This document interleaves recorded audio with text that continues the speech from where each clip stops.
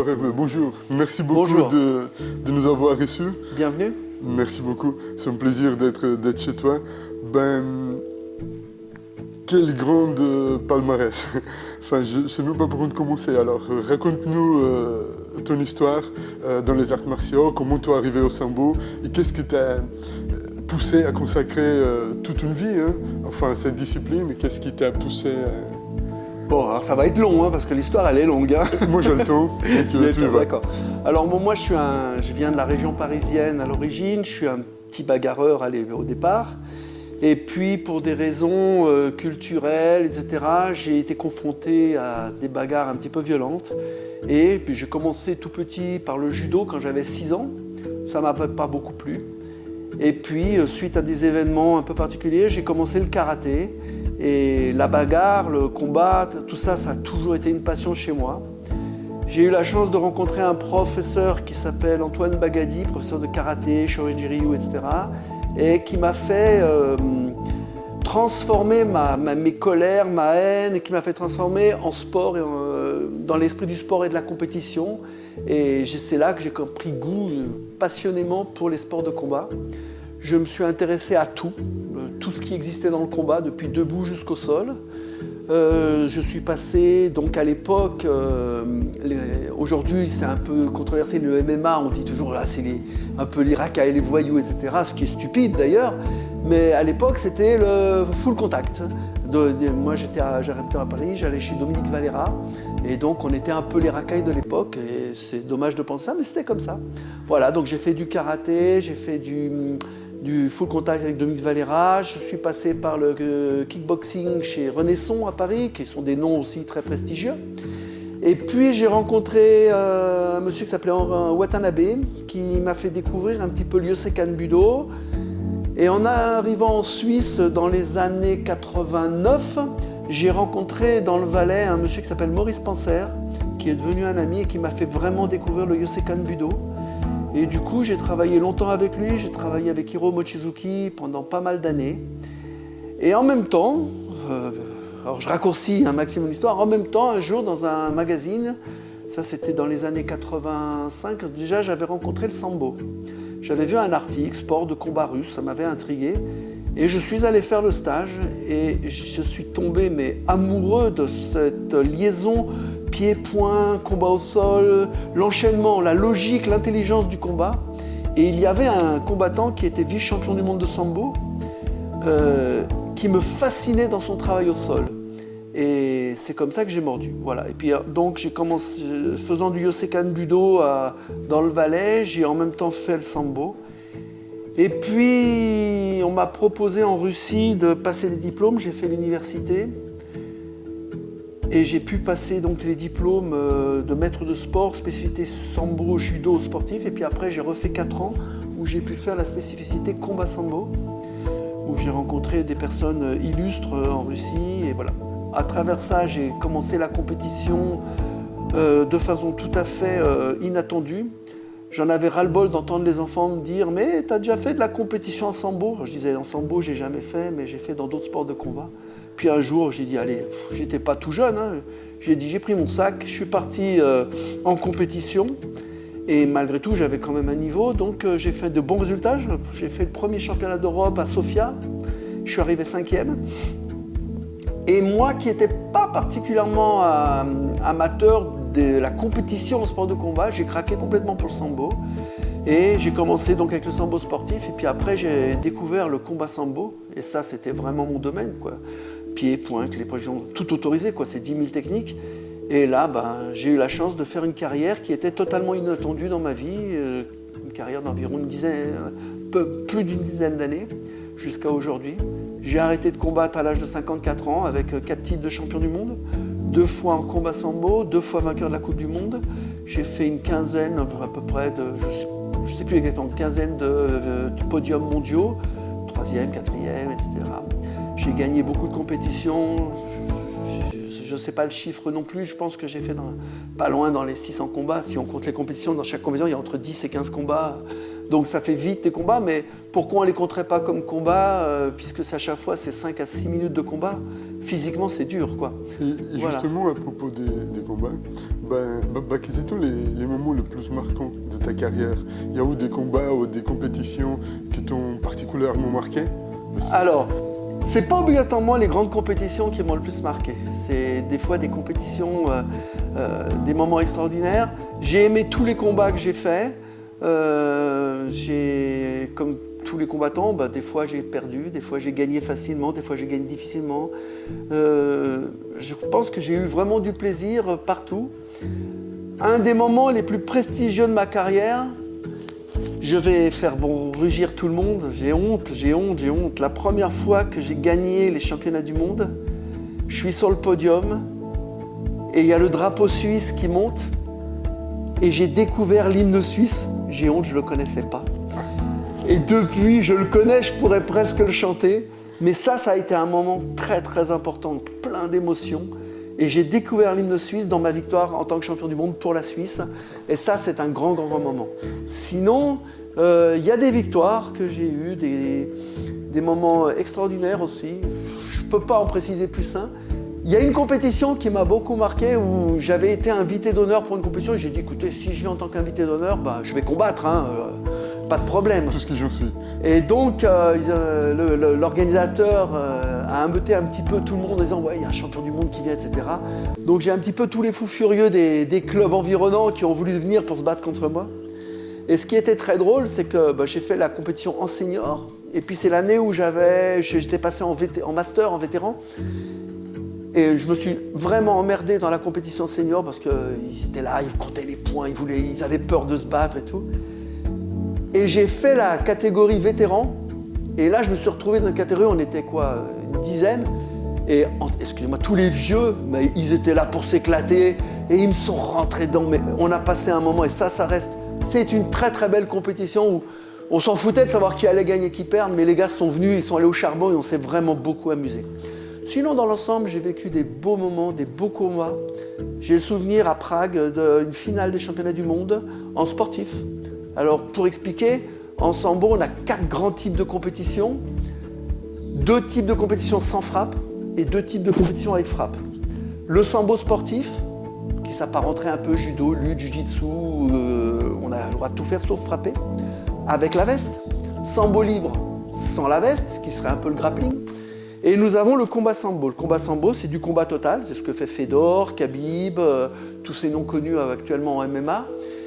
Et il y a le combat sambo libre qui est un peu le père du MMA, où c'est un peu comme le MMA, quoi. Donc, sauf qu'on n'a pas la veste. Voilà. Donc un pratiquant de sambo, et ça c'est une des choses qui m'ont fait tomber amoureux de sambo, c'est qu'on doit tout savoir faire.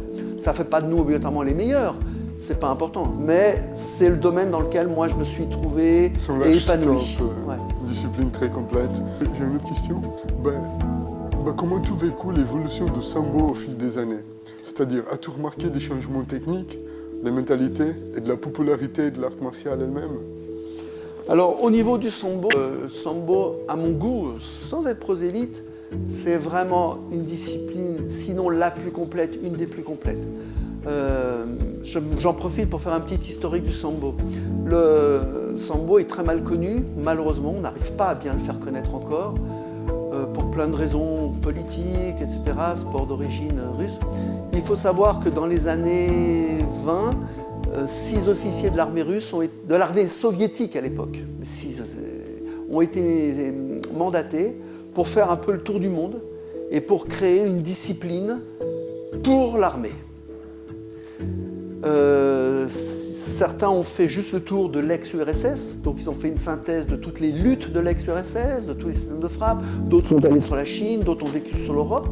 Il faut savoir quand même qu'en Europe, on a des arts martiaux. L'origine des arts martiaux, le Pankrasonat Lima, est un des plus anciens. Et donc, ils ont pris un petit peu partout pour créer une discipline efficace. En 1920, sur la place Rouge, ces officiers ont fait une démonstration à la russe, c'est-à-dire ça ne plaisantait pas, où les soldats ont attaqué les gars pour voir si c'était efficace ou pas. Et donc en 1920, je crois, ou 23, le sambo est devenu Samozachita bez orужия. Donc sambo est un acronyme qui veut dire autodéfense sans armes. Ce qui ne veut pas dire qu'on n'utilise pas d'armes, ça veut dire qu'on doit se défendre contre les armes ou à main nue. Et donc le sambo est devenu arme officielle de l'armée russe et puis après de la police. Ça a été secret d'État, réservé donc aux forces spéciales et au KGB. Et ça n'est qu'à la chute du rideau de fer que le sambo s'est ouvert. Entre-temps, les Russes ont développé des côtés sportifs, dont le sambo sportif. Et quand la première équipe de judo olympique est arrivée aux Jeux Olympiques, c'était une équipe de sambo, et ils ont surpris et ils ont développé un nombre de victoires qui a humilié un petit peu la planète judo.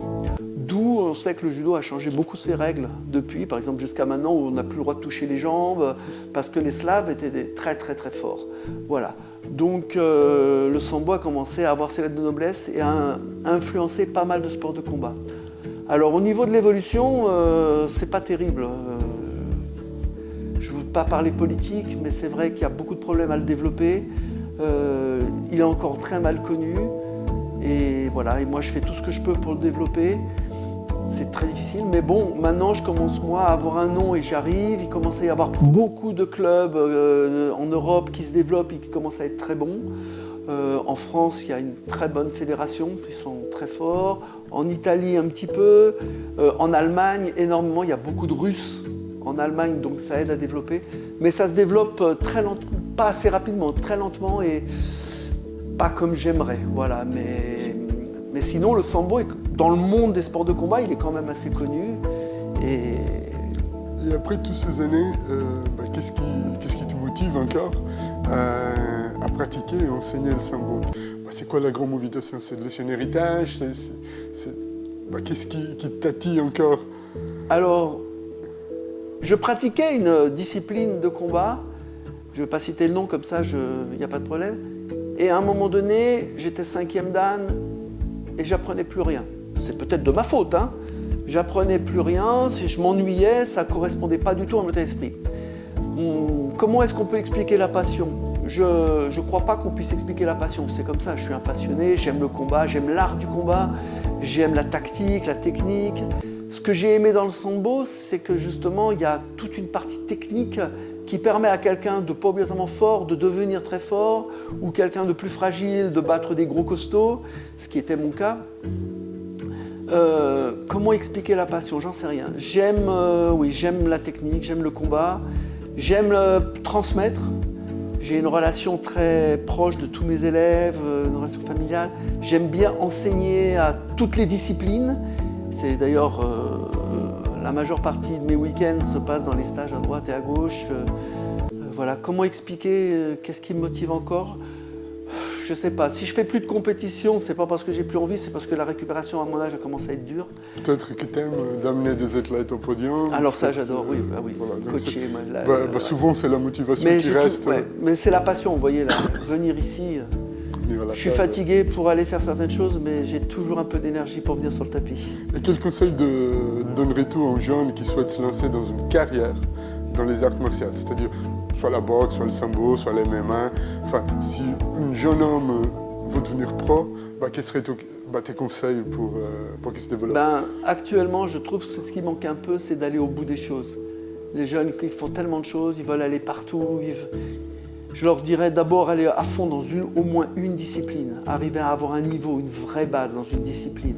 Moi, je vois, il y en a qui font un peu de ça, un peu de ci, ils vont un peu là, un peu là-bas, et en fin de compte, ils approfondissent rien, Ils approfondissent rien, et au bout du compte, on est un petit peu dans un monde c'est un peu le supermarché des arts martiaux. Voilà, donc on a perdu un petit peu avec les années, je trouve, ce côté où on va à fond.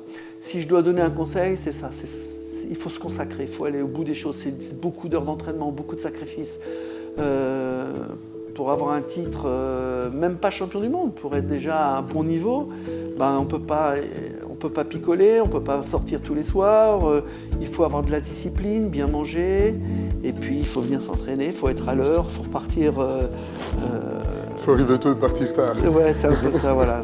Et ça, c'est peut-être une des choses qui manque actuellement dans le monde des arts de combat et peut-être du sport en général. après ce parenthèse, je voudrais revenir sur le sambo. En quoi le sambo se distingue-il des autres arts martiaux, des sports de combat?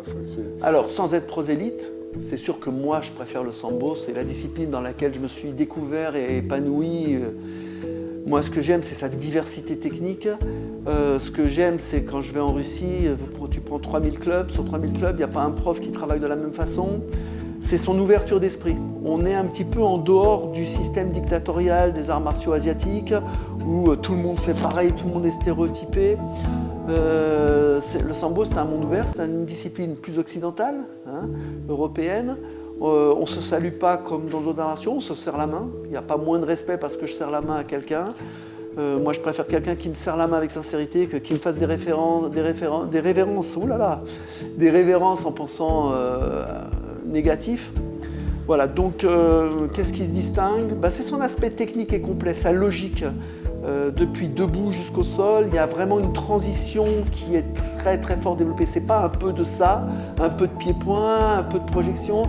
C'est vraiment une discipline à part entière qui a développé une logique de combat. D'ailleurs, on le voit quand on voit les UFC. Dès qu'on a par exemple actuellement c'est beaucoup les Dagestanais, les Tchétchènes, c'est beaucoup Kaby, tout ça, on voit, dès qu'on voit des gens du sambo qui arrivent, ils font tout de suite la différence. Voilà, donc sans être prosélyte, il y a du bon partout, dans toutes les disciplines. Moi je suis un amoureux des sports de combat, mais c'est vrai que j'ai trouvé que ce sambo, il amenait cette différence. Est-ce que le sambo est une discipline accessible à tous? Quelles sont les qualités physiques et mentales nécessaires pour s'épanouir dans le sambo? Ah ouais, c'est justement ça, le sambo, oui. D'ailleurs, les femmes, pour prendre l'extrême, les femmes, y trouvent un moyen de self-défense extraordinaire. On parlait du judo à une époque où on disait utiliser la force de l'autre. Mais moi, quand je regarde les combats, c'est tout de la force physique. Moi, je me rappelle avoir combattu un champion d'Europe de judo. Si j'avais dû combattre avec lui dans les règles du judo, j'aurais certainement pas pu gagner parce que sa force, voilà. Par contre, comme on était dans du combat libre, techniquement étant beaucoup plus libre, beaucoup plus ouvert dans le système, je l'ai battu et assez rapidement même. Voilà, ça ne veut pas dire que c'est moins bien mieux. Voilà, le sambo apporte cette particularité-là, cette ouverture d'esprit et technique. Alors, quels sont les bienfaits que le sambo peut apporter à ses pratiquants, tant sur le plan physique comme mental? Alors moi, je pense que c'est comme tous les sports, il faut arrêter de penser qu'il y a un sport bien. Tous les sports bien pratiqués, ils amènent de la discipline. Voilà. Après, le sambo, le combat, oui, mentalement, c'est sûr que quand on est face à quelqu'un, entre guillemets, qui veut nous mettre la tête au carré, qui veut nous taper dessus, il faut y aller, quoi. Au match de tennis, le pire que c'est très très dur. Je suis joueur de tennis, c'est vraiment très très dur. Mais à part une raquette un jour qui a volé à travers le terrain ou une balle qui m'est tombée dessus, voilà, j'ai personne qui a voulu me taper dessus. Alors que dans le sport de combat, quand on en prend une dans la tête, on s'en rappelle quelques jours. Ça, quand même, voilà. Donc une projection, quand on a fait un bel atterrissage sur le dos, voilà, le corps il s'en rappelle. Et en tant qu'instructeur expérimenté, donc comment voir tous les enseignements du sambo à tes élèves et quelle est la philosophie d'enseignement que tu transmets, les valeurs, les techniques, l'art martial de manière accessible et progressive? On a une semaine là. Alors ma philosophie, celle que mes élèves connaissent le mieux, je dis toujours, on est dans la vie comme sur le tapis comme dans la vie. Comme tu combats, tu vis, comme dit. Sauf que sur le tapis, on ne peut pas mentir. Voilà, donc ici, dans ma manière de faire, sur 10 élèves, j'ai pas un système de base, un système où j'enseigne la même chose à tout le monde. Je trouve que, et ça c'est ce que j'aime aussi dans le sambo, par rapport à d'autres arts martiaux, c'est stéréotypé, où on fait jusqu'à la ceinture jaune comme ça. Chacun doit développer sa propre personnalité. Il y en a qui vont être plus à l'aise dans la frappe pour aller au sol, il y en a qui vont être plus à l'aise dans la projection. Voilà, donc on doit apprendre à tout faire et après à chacun à s'épanouir dans son système. Alors je compare ça un petit peu au langage. Tous les deux on parle en français, on arrive à communiquer, mais il n'y a aucun d'entre nous peut-être qui va dire la même chose de la même façon. Et pourtant on arrive à se comprendre. Pour moi c'est ça l'art du combat, c'est d'arriver à s'exprimer, d'arriver à imposer son discours et puis d'arriver à parler. Je veux dire, c'est de la communication. Après, il y a le détail de la compétition, de la finalité, etc. Mais dans le principe, c'est un peu comme une conversation. Quels sont les défis et la satisfaction liée à l'enseignement du sambo? Comment arrives-tu à motiver et à inspirer tes élèves? Alors, je ne sais pas si moi j'arrive à les motiver, etc. Quand ils viennent, il faut qu'ils aiment la discipline. Si déjà ils aiment la discipline, on a gagné beaucoup de choses. Après, je leur transmets ma propre passion. Quand ils me voient sur le tapis, j'ai 62 ans, si à 62 ans ils me voient me comporter comme un gamin sur le tapis, ça se transmet. Après, ils découvrent la technique, ils découvrent le combat. On essaye de développer beaucoup la fraternité dans notre club. C'est un club assez familial. Après, il y a d'autres clubs de sambo où on essaye de transmettre les mêmes choses. Où est-ce que tu retrouves le plaisir en apprenant Alors, on en revient à la passion. Maintenant, c'est vrai que pour un professeur, de voir un élève qui vient, qui a peut-être même pas des capacités énormes au départ, et puis de le voir grandir, de le voir devenir bon, voire très très bon. Je vous présenterai tout à l'heure un de mes élèves qui aujourd'hui est au niveau international. C'est un grand plaisir. C'est lui dire je vais donner une valise pleine et il a tout utilisé, mais c'est lui qui l'a utilisé et on a travaillé ensemble, on a avancé ensemble. C'est des partages, c'est des moments de joie, c'est partager des choses qu'on aime ensemble. Voilà, et puis après, c'est la passion de ce qu'on fait, quoi. Si un de tes élèves aimerait devenir instructeur de sambo, je ne sais pas si ça a déjà arrivé, quel est l'essentiel pour réussir dans ce domaine? La passion, la transmission, on en revient toujours à la même chose. La passion, la transmission. Avoir envie de donner aux jeunes la possibilité de se développer, de faire de la compétition, de grandir, mais certains aussi peut-être de sortir. C'est aussi un moyen pour certains. Par exemple, je transforme la conversation autrement, mais par exemple, j'ai beaucoup de jeunes qui viennent, qui au départ, peut-être ont même fait des bêtises, etc. C'est d'arriver à les motiver à faire quelque chose de leur vie à travers le sambo. Donc certains, ça sera la compétition, mais d'autres, c'est de leur donner l'envie de réussir leur vie, de leur donner... par exemple, moi, les petits, je leur apprends à travailler et je dis toujours aux parents, vous verrez, ce qu'ils font là, la manière dont ils le font, ça va les aider à l'école, ça va les aider à se concentrer pour les examens, ça va leur donner une force intérieure, une force mentale. Et ça, c'est assez important. Après, on peut développer pendant des heures et des heures. Je sais, mais la base, elle est là. La base, la passion, elle est là. Oui. Sinon, juste deux dernières questions, je termine avec ça. Donc, c'est difficile de vivre, économiquement parlant, de vivre en tant qu'instructeur de sambo, c'est dur. Alors, en tant que professeur d'arts martiaux en général, oui. Le problème, il est que je pense qu'en Suisse et dans beaucoup de pays d'Europe, on ne prend pas encore assez au sérieux le monde du sport. Pourtant, ça véhicule beaucoup d'argent. Moi, j'ai de la chance, jusqu'au Covid, je pense que j'ai réussi à vivre professionnellement le sambo. Après, avec le Covid, ça nous a tués, et ça a été très difficile de remonter l'école. Mais je fais partie des quelques-uns qui ont la chance de pouvoir en vivre. Mais pour l'instant, c'est pas facile. Vous allez dans d'autres pays, comme par exemple dans les pays slaves, vous allez dans des pays aux États-Unis. Le sport fait partie vraiment d'une manière de vivre, et un professeur de sport, quel qu'il soit, un sport de combat, etc., peut vivre, mais vraiment, que gagne un salaire, c'est quelque chose de normal. Ici, oui, on entend toujours ça, oui, mais moi je suis bénévole, et pourquoi? Je veux dire, il y a un savoir, moi j'ai travaillé, je veux dire, j'ai passé toute ma vie à voyager en Russie pour prendre des cours, j'ai fait de la compétition, j'ai dépensé toute ma vie, même si c'est la passion, j'ai dépensé beaucoup pour pouvoir atteindre ce niveau et pouvoir le transmettre aux autres. Pourquoi est-ce que nous, on ne pourrait pas gagner notre vie? C'est parce que pour l'instant, par exemple en Suisse, je trouve que ce n'est pas dans les mœurs. Alors au foot, oui, ça paraît normal parce que c'est le foot. Pourquoi que le foot? Au ski, mais pourquoi dans nos sports, on n'y arrive pas? Je pense qu'il y a beaucoup encore à faire évoluer le sport en Suisse pour rester chez nous. Aimerais-tu nous raconter une ou deux anecdotes Les anecdotes et dans mon parcours, j'ai eu une grande chance, c'est que je faisais venir un professeur de sambo au tout début, dans les 2 premières années, avec qui je me suis un petit peu fâché pour des histoires stupides. Et on m'a permis de rencontrer M. Taktarov, Oleg Taktarov, vainqueur des UFC. C'est le premier Russe qui a sorti le sambo, mais hors du judo, qui a vraiment fait connaître le sambo. Et c'est grâce à lui que j'ai pu faire cette carrière. Il m'a coaché, m'a entraîné. Et alors l'anecdote, c'est qu'un jour, je l'ai fait venir. Et un petit peu à la mode asiatique, Il m'a fait souffrir, il m'a fracassé pendant des semaines. Un jour, il est venu en Suisse, il est resté 1 mois et demi, enfin 1 mois en Suisse, et puis après on devait aller en France. Et au bout de 3 semaines, il m'en faisait voir, mais tellement. J'avais qu'une envie, c'était de me débarrasser de lui. Et puis bon, il aimait bien sortir, etc. Et moi, pas du tout. Alors voilà, à un moment donné, ça a été très difficile. Et pendant 4 semaines, il m'a humilié devant mes élèves. Il m'a fait faire tout le pire chose qui soit. Et au bout de 4 semaines, j'étais content de m'en débarrasser.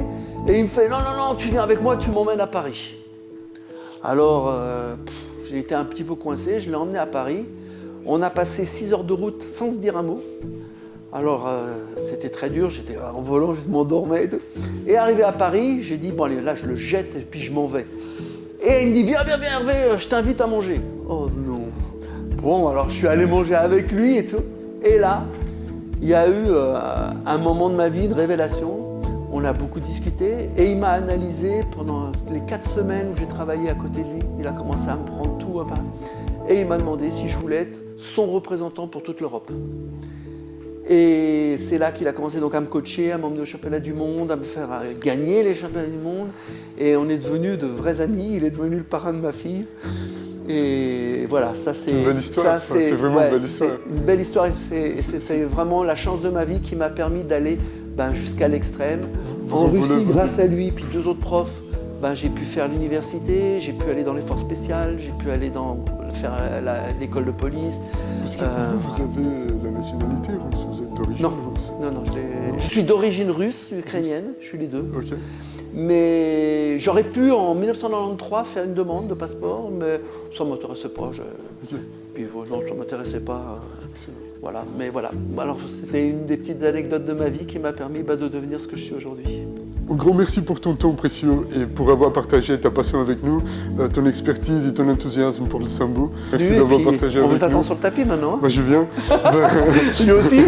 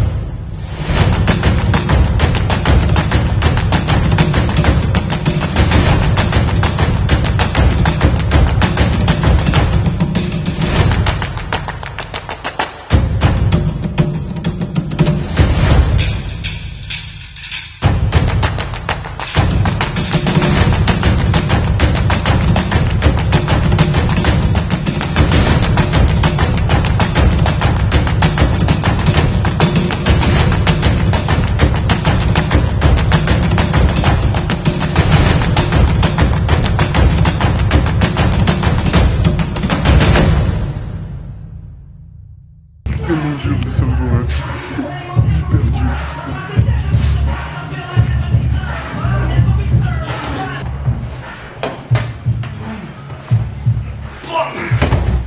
Et là je bloque le bras. Si la projection est bien faite, le bras tombe directement entre mes deux genoux. Allez, c'est bon, c'est un garçon très intelligent et il le reproduit dans son sport. Et il a un tout autre style que les autres, chacun a son style. Voilà, et il fait partie de mes plus grandes fiertés de prof. Voilà. Alors à toi. Boum, boum, boum, voilà. Et directement, voilà. Et plus tu tournes trop vite, toi. Voilà, tu vois, quand je suis là, quand j'ai donné mon look, je rentre ici. Voilà.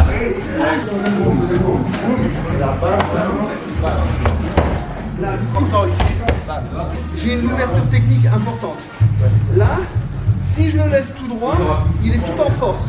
Donc, je le déstabilise un peu ici. Là, je viens tirer là. Ce qui fait que là, lui, son réflexe, ça va être de revenir. Et c'est pendant ce temps-là que je vais placer ma technique. Moi, je reste un peu face, ce qui fait que je peux passer ma hanche. Si je tourne trop vite, je suis coincé. J'arrive là. 1 et 2. Et là, ça va tout seul. Comme si tu voulais me donner le coup. Ouais, ça, c'est mieux qu'à la télé.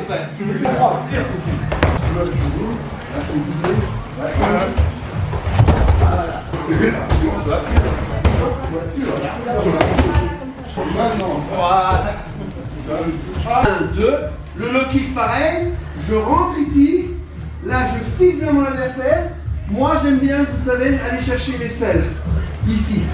Mais vous pouvez attraper où vous voulez. Dans le dos. Moi, j'aime bien les selles.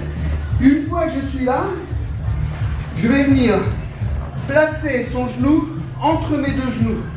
Et là, je vais me lancer dans une roulade, lancer cette jambe comme si je voulais aller taper sur sa nuque. D'accord? Donc on est là, et je vais bien rentrer ma tête à l'intérieur. Ici, regardez bien, là. Hop. Une fois que je suis là, je reste droit. Je ne lui présente pas mon dos. Tant que je peux le tenir, je le tiens. Ici, je pars en arrière, j'essaie de... Voilà. Donc ça, c'est une des techniques spécifiques du sambo que l'on voit des fois en MMA ou dans certaines disciplines. Mais c'est vraiment une technique très puissante. Les spécificités de technique du sambo, c'est beaucoup les clés de jambes. Et là, comme vous voyez, voilà, c'est une de nos techniques favorites. Mais au plus je... juste là, et voilà. Laisse-moi aller. Laisse aller.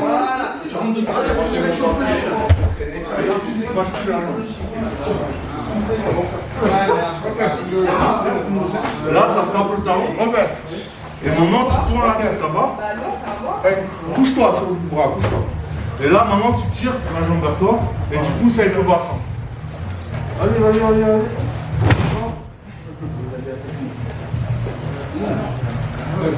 Mais arrête-tout.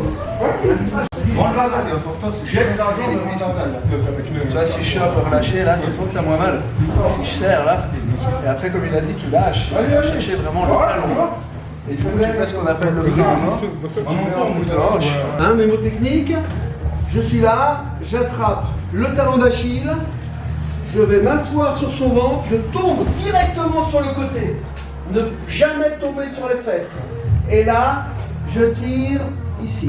L'idéal, je viens tourner là directement, d'accord, et je fais le mouvement direct.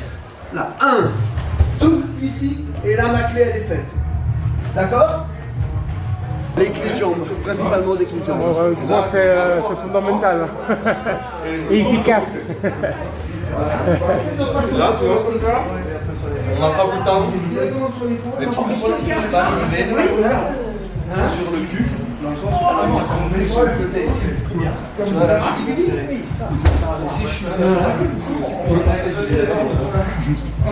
il y a aussi une bonne astuce, c'est que si l'autre il est fort et il résiste, tu viens ici, là. Ouais. Maintenant tu peux perdre.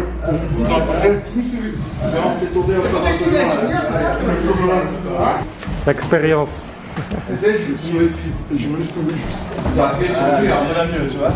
Là, je te dis, franchement, tu vois, déjà pour revenir là, pour gagner le jeu. Tu vois, c'est ce que je t'expliquais tout à l'heure. Ce qui fait la différence par rapport aux femmes, par rapport aux... Moi, j'ai manqué, dans ma carrière de combattant, j'ai beaucoup manqué de force physique. Et donc, j'ai beaucoup développé le côté technique, mais aussi le côté stratégique. Et c'est pas parce qu'on fait du sport qu'on doit être con. Donc j'ai pu compenser par ce genre de petits détails, passer bien sur l'épaule plutôt que sur les fesses, etc.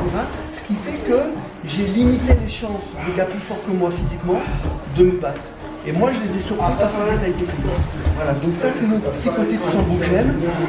Quand les premiers Russes sont arrivés au judo, eh ben, ils ont surpris tout le monde par les contres. Ils ont montré mais tellement de techniques, alors on ne peut pas tout voir aujourd'hui, mais ils ont été tellement forts dans le contre qu'ils ont surpris la planète en martiaux. C'est ce que j'ai essayé de montrer. C'est sûr qu'après en combat, on va peut-être vouloir aller renforcer. Mais dans le principe technique, une seule main ça suffit. Plusieurs méthodes. Moi je préfère celle-là, c'est celle de mon professeur. Directement dans le talon d'Achille et je fais la clé. Sinon on peut attraper la veste. Si c'est dans la rue, ça peut être un blouson, un t-shirt, attraper la veste pour mettre la pression. Donc je suis là, je fixe ici, voilà, je fixe ici, et même s'il a une botte, il va taper. Donc la clé c'est quoi? C'est une compression du talon d'Achille et un blocage au niveau de la jambe pour pas qu'il puisse partir. Je suis là, voilà. Là je bloque tout et la clé elle est bonne. Maintenant il a tapé mais en réalité, il n'a pas encore eu mal. Maintenant, il va avoir mal. Regardez bien, je vais juste serrer mon coude. Si je suis là, je vais faire mal. Si je suis pas sur le Non, nonos, donc nonos. Et là, sur la cuisse. Je vais faire ce qu'il a dit tout à l'heure. Je vais baisser le coude progressivement. Donc là, je ne serre même pas encore. Et là, vraiment, il faut serre. Voilà. Serre le coude vers toi. Serre le genou.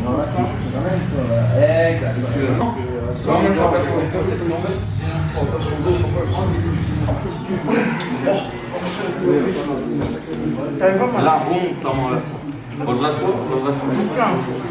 non, là, tu serres le coude. Voilà.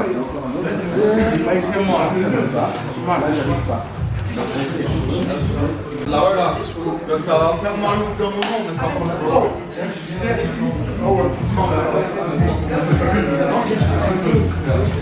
Mon Achille, maintenant fixe bien.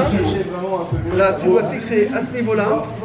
Ici, tu es un peu trop haut. Voilà.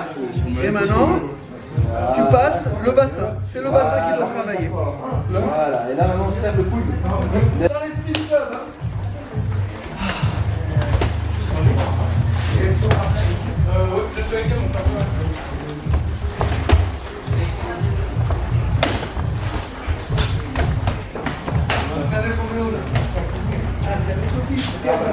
Tiens, André, là, tu prends le châle. Je suis avec toi. Ah, d'accord.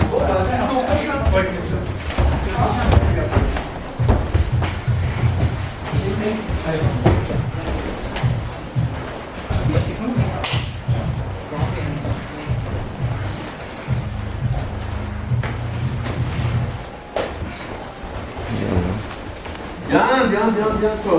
Bien essayé. Configé, mais bien essayé.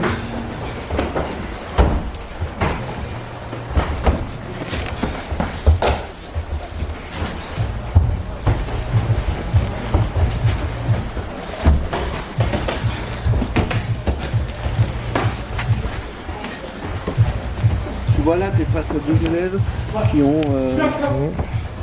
en gros, tu as Samuel, qui est un bon combattant, qui a fait un peu de compétition. Voilà, pas le même niveau, mais tu vois, voilà. Donc tous les coups sont autorisés. Coup de pied, coup de poing, coup de coude, coup de genou, coup de tête. Là, ils le font pas, mais on a le coup de tête. Et puis après, ça va le sol, combat. Donc le combat va jusqu'à la soumission ou le KO. Et si on veut les départager, il y a tout un système de points, comme dans tous les sports en général, combat. Voilà. Et là, tu vois un travail très fluide, très subtil.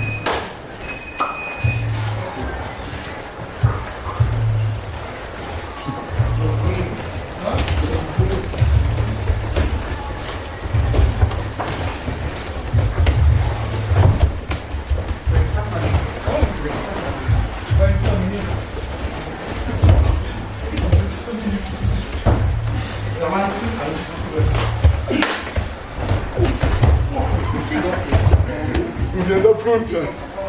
La leçon d'aujourd'hui, hein.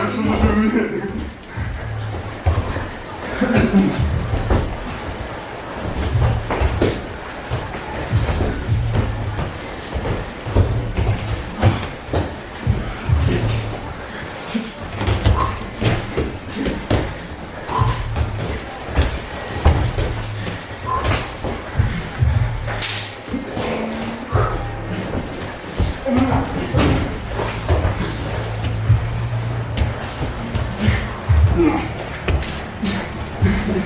prof me disait toujours, avant de faire des techniques, il faut bien fixer l'adversaire.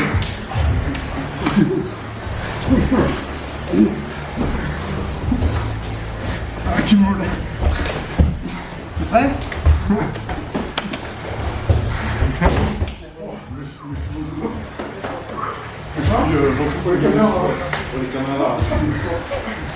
Il a été bon, franchement, c'est bien marré. Je suis mieux, génial. 9e dunk, c'est Bravo. bon. Bravo. Merci beaucoup. C'était un plaisir. C'est pour moi.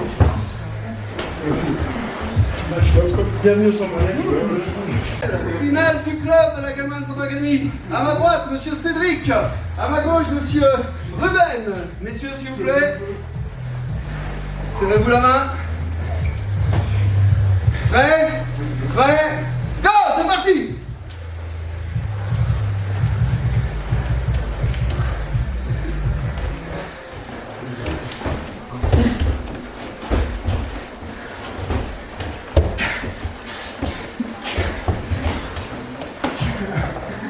Stop! On a triché, on recommence. Combattez! Retire toi en bas. Laisse droit.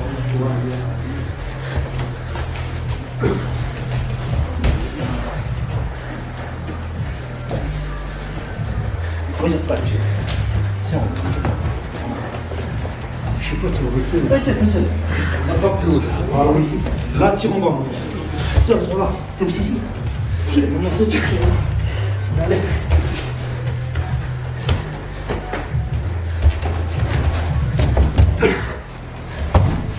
Maintenant. Attention le bras. Serre tes deux mains ensemble. Attrape tes deux mains ensemble, Ouais. Là. Et maintenant, tu pars là-bas. Non, tu sais. Non, tu veux avec nous. Soulève, voilà. Ok. Et là. Disqualification pour avoir parlé pendant le combat.